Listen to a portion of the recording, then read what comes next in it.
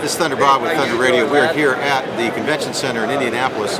We're interviewing the world's fastest human on a motorcycle, Chris Carr. Nice to have you. Oh, thank you. Good to be here. So, the number is right here somewhere. What was it? 350 miles an hour? There it is. There it is. There. There. That's how fast we went. Just in case you missed it, it wasn't 351, but it was a shade under 351. And the previous record was? 342, which was set by Rocky Robinson on the same week. Earlier in the week. Before that, it was 322 by Dave Campbell. So the number got bumped up almost 30 miles an hour in 1 week. And Dennis held the record some 16 years ago? 16, 17 years ago? That was longer ago than that. I think Vesco broke the record that he set in 1970, was broken in 74 by Vesco. So 32 years. Yeah, he's been chasing that record. For a while. So now he told me an interesting story about how the two of you got together. He was looking for someone to commandeer the Streamliner. Yeah. Tell us your side of that story. Well, from my side is that I was browsing through the internet one day and I saw this press release that some guy named Bob was wanting somebody to pilot his Streamliner and to set the land speed record. So I read the press release and then I saw it in a couple other places and it got me to thinking, that I kind of jogged my memory that I'd always wanted to do something with Bonneville. So I went. Had you ever been to Bonneville before? The closest I got was the rest area out there on the interstate. Go out, yeah, that's Salt, see ya. But I'd never set foot on the racetrack before. So I started looking around a little bit, and I went and asked my wife. I said, "Hey, what do you think if I try to go set a land speed record?" And she goes, "Well, how fast?" I said, "Well, the record is 322 right now." And she looked at me like I, was from Mars or something. So I told her that I always wanted to do it, and she goes, "Well, if you think it's all right." I told her if it's not as safe as what I normally do, then I won't do it. I'm a family man. Well, Chris, what was the fastest you'd been on a motorcycle prior? I would say sit on bike. I reached 180 at Daytona. Okay. Road racing, but I'd never gone that kind of speed on the street or anything like that. But so getting back to our story, so I asked around a little bit, and I ended up finding some people that knew Dennis from years past, and I just asked some questions about it. I finally called him up, said, "Hey, I just wanted to let you know that I'm interested in riding a bike, but I'd like to come out and look at it." So I got to come out in January. That was in October when I saw the press release. So by January, I'd seen the bike, and I guess I was the guy you wanted, and I was chosen one. So what did it feel like strapping yourself into that? Well, the first time I got in the bike, and I'm getting ready to get towed down the Salt, was very, very, I was almost claustrophobic at first. And that's one of the things that you can't have in these things is claustrophobia. So I was a little concerned then, but just for a tow run without the motor even running, I was very nervous. This is a piece of work, this motorcycle. Last thing I wanted to do is, screw it up. So, but it was we did the right thing. We went through a series of, a process to get the bike and me up to speed together. What did you have to do to get acclimated to it? Well, I just had to get used to the controls and remember that I can't use body English to steer this bike. It's all in the hands. It's all in the balance of the bike and the gyroscopic effects.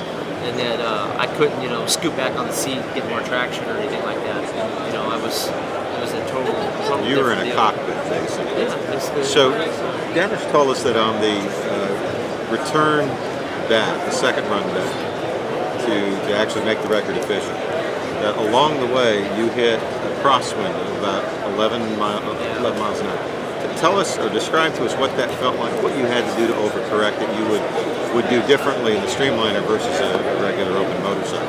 Well, things started blowing the bike to the right. The course is about 100 feet wide, and I was pretty much down the middle of it. And were you at 330, 340? No, this was just getting going, actually. Oh. We were at slower speeds. It was in first gear when I first felt it, but doing 140 miles an hour in first gear, all of a sudden the bike goes and it starts veering right, and I didn't make it do that. So I mean, I knew I had crosswind, so you kept countering it back into the wind and turning into the wind, and eventually it stopped blowing to the right, and I kept my foot in and was accelerating the whole time. So I mean, I had a lot of steering input to the left, and the bike was going straight, but I was turning left. Did you have that crosswind effect the rest of the way down the course? All the way through the 6th. The wind didn't stop blowing until through the 6th mile. So what the speed was of the wind at 5 miles down the track, I don't know. What would you guess if there was no crosswind? How fast could you have gone? Well, I think we would have done another 354 run like we did on the other run. I think we were 354, 355 was certainly doable. Was there ever any time during the run that you thought there might be some trouble, or was it smooth sailing the whole way? On the return run, initially the thing was a little loaded up down low, and it was starting for fuel. I wasn't sure it was going to quite get going, but then it worked its way through. It was a little rough running on the bottom end. It's not designed to go those low RPMs, right. And so that kind of got my attention a little bit. And when you came down the track the first time, my understanding was the speedometer didn't give you a true read. No, it didn't. What did it say, and what were you actually doing? Well, we had planned to do a run of 325 miles an hour, and up until that point we had gone 300. So I was, going to make that next step. Just all of a sudden do another 50-mile-an-hour jump. Right.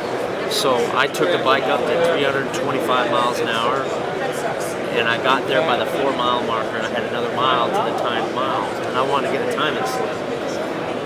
Dennis had instructed that if things felt good, then just ride it out. And at the 4-mile, we hit 325, and I eased up, and everything felt good. The bike was steady, it was stable, there was no wind, and at the 4.5, I put my foot back in it, and I accelerated through to the 6-mile marker, and the top speed that I saw on my dash was 342 miles an hour.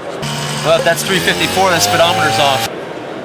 At the 6. That was about what I thought the top speed was. So I was shocked when they told us we went 354. Because our speedometer was about 20 mile an hour off, and we were 362 through the end. So top speed was 362. Now, what does the acceleration feel like? Are you? It's with the long gearing that we have. Right.